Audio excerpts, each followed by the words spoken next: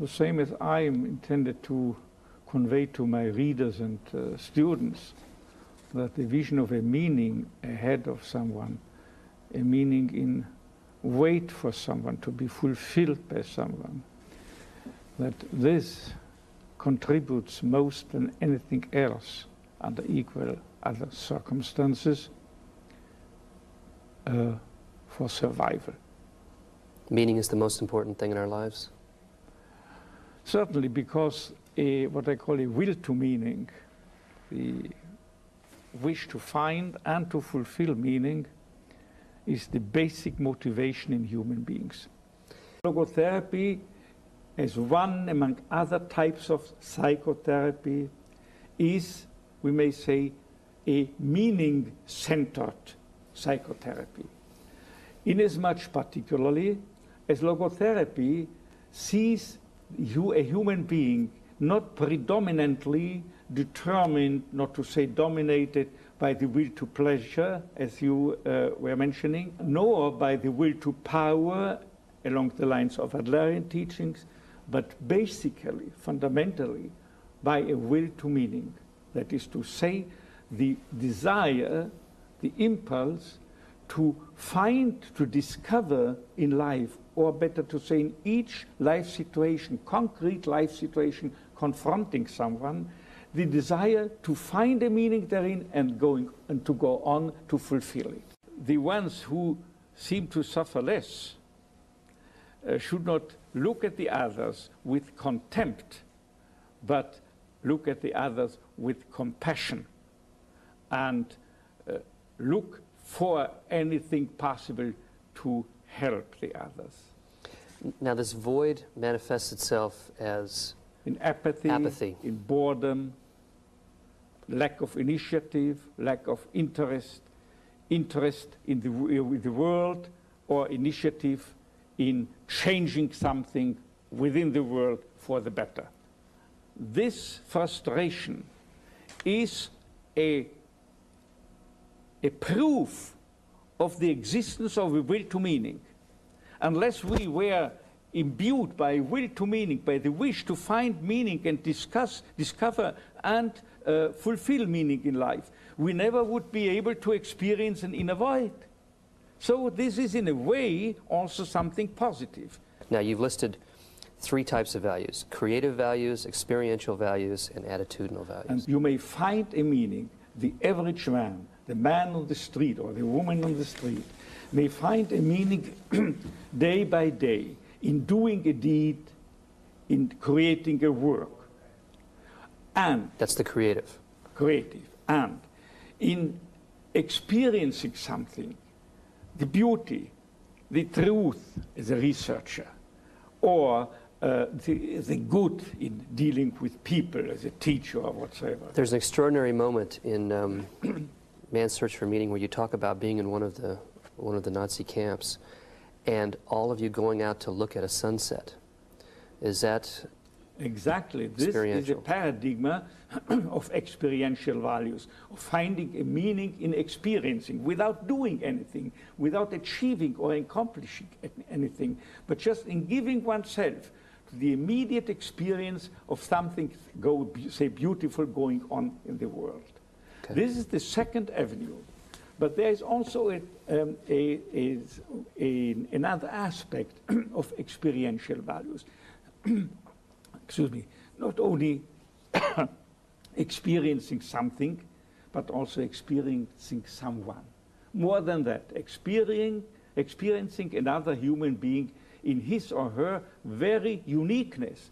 And it is the main attribute of a human being that he is a person in contrast to any animal. He is a person, and a person is always something absolutely unique, irrepeatable in the evolution of the cosmos, as it were, incomparable with any other human being. And this uniqueness can be got hold of solely by a loving person, because he not only sees the essence, but also the potentials in the beloved person, thereby, as I put it before, promoting him, alleviating it to reach out to attain this potential and to fulfill and thereby actualize also himself, but not by preaching self-actualization. It's nonsense. Self-actualization can only fall into your lap automatically once that you have fulfilled a concrete meaning, done the best of a situation. Then you actualize yourself as a byproduct. Let's talk about the third set of values, which is the attitudinal, the idea of choosing how to respond to suffering. Choosing the attitude. Yes. Yeah. If there is no possibility in a given situation to fulfill the meaning of a situation by giving oneself to the experience of beauty and so forth, nor to, if you have lost the capability to do your job, to do your work, even then there is an ultimate possibility to find and fulfill meaning. Not only the ultimate, it is even the potential to fulfill the deepest meaning, to attain the highest values. By your approach to the situation, a tragic or triste situation confronting you. You said that in part of the initial shock of being put in a death camp was ultimately an acceptance that we knew we had nothing to lose except our ridiculously naked lives. Is that the situation that they're in?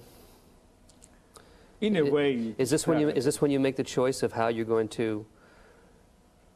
Your last value choice is how to react to the situation? You stood there naked, with nothing you could have had.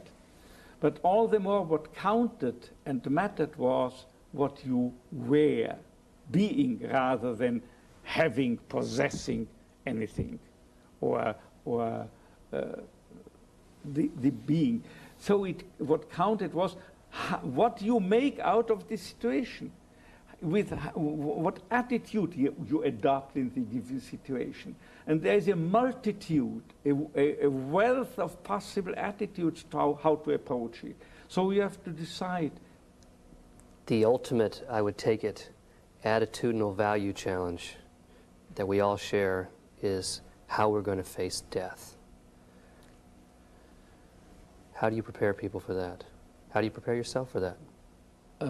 I couldn't prepare anyone else unless I would have prepared myself. Because if you are a psychiatrist, your patients feel exactly whether or not you are really convinced of what you are teaching and telling them. Now, I'm convinced that in contrast to the usual aspect, the albeit sound aspect to life, and more specifically to the past, to life's transitoriness, and this includes that we approach, each of us are approaching death. In contrast to that, I maintain that in the past, nothing is lost, but right on the contrary, everything is stored forever. It is not annihilated by transitoriness, but on the contrary, it is becoming preserved forever. Something you have done can never be undone. Something you have experienced, something you have even experienced in a negative sense, going through suffering. And if you have, for instance, if you have gone through this suffering, honestly, courageously, and with dignity, who in the world, what in the world can deny, can annihilate this?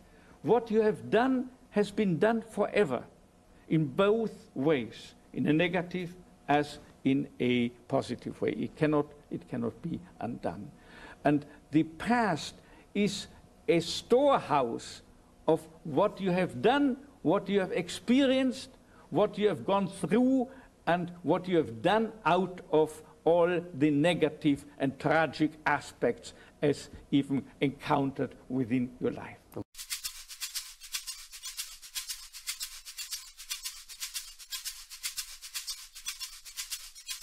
Though we may keep a little quiet about this, especially when young, we tend deep down to be rather hopeful that we will eventually manage to find perfection in a number of areas. We dream of one day securing an ideally harmonious relationship, deeply fulfilling work, a happy family life, and the respect of others. But life has a habit of dealing us a range of blows and leaving nothing much of this array of fine dreams save some shattered and worthless fragments.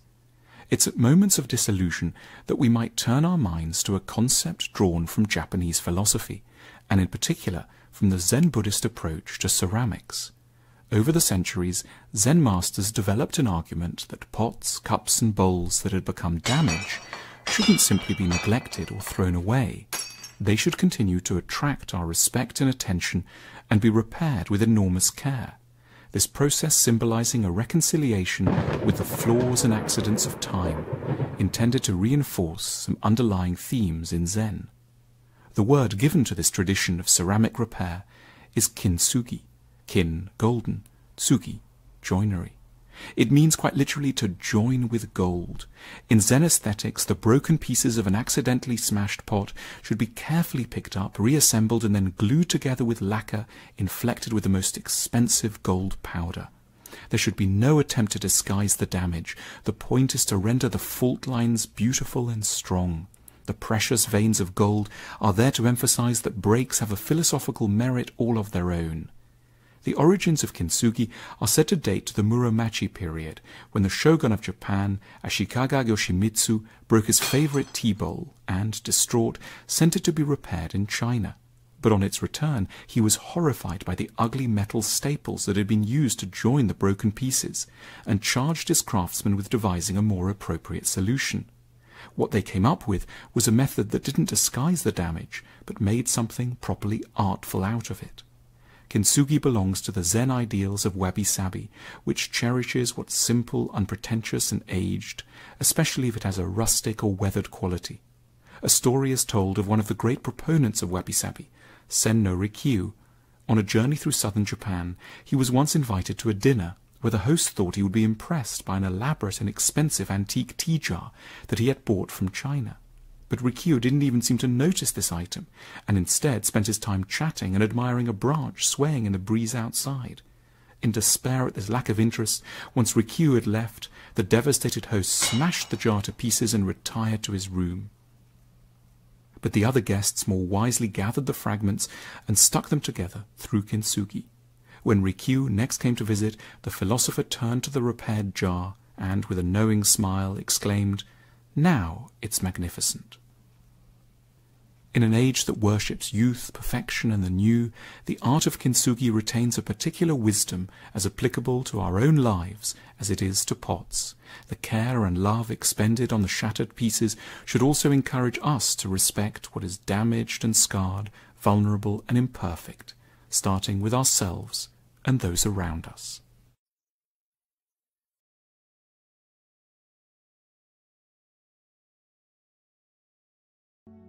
Kintsugi encapsulates two Japanese philosophies. The first is wabi-sabi, which embraces imperfection and impermanence. The breaking and then repairing of an object is simply an event in its life that adds to both its character and beauty. As Richard Powell says, nothing lasts, nothing is finished, and nothing is perfect. There is also mushin, which explores non-attachment and acceptance of change. The changes we undergo throughout our lives, the breaks and knockbacks, are shown in our scars, blemishes, and wrinkled skin. Objects too are subject to the same changes, and through Kintsugi are repaired in gold to illuminate their breaking points, which, like wrinkled skin, adds wisdom and fortitude. Japan finds beauty in the weathered and the dutifully used, and values the appreciation of transience. Mono no awe, literally the pathos of things, is the Japanese term for this, combining transience and wistfulness for both objects and the state of life in general.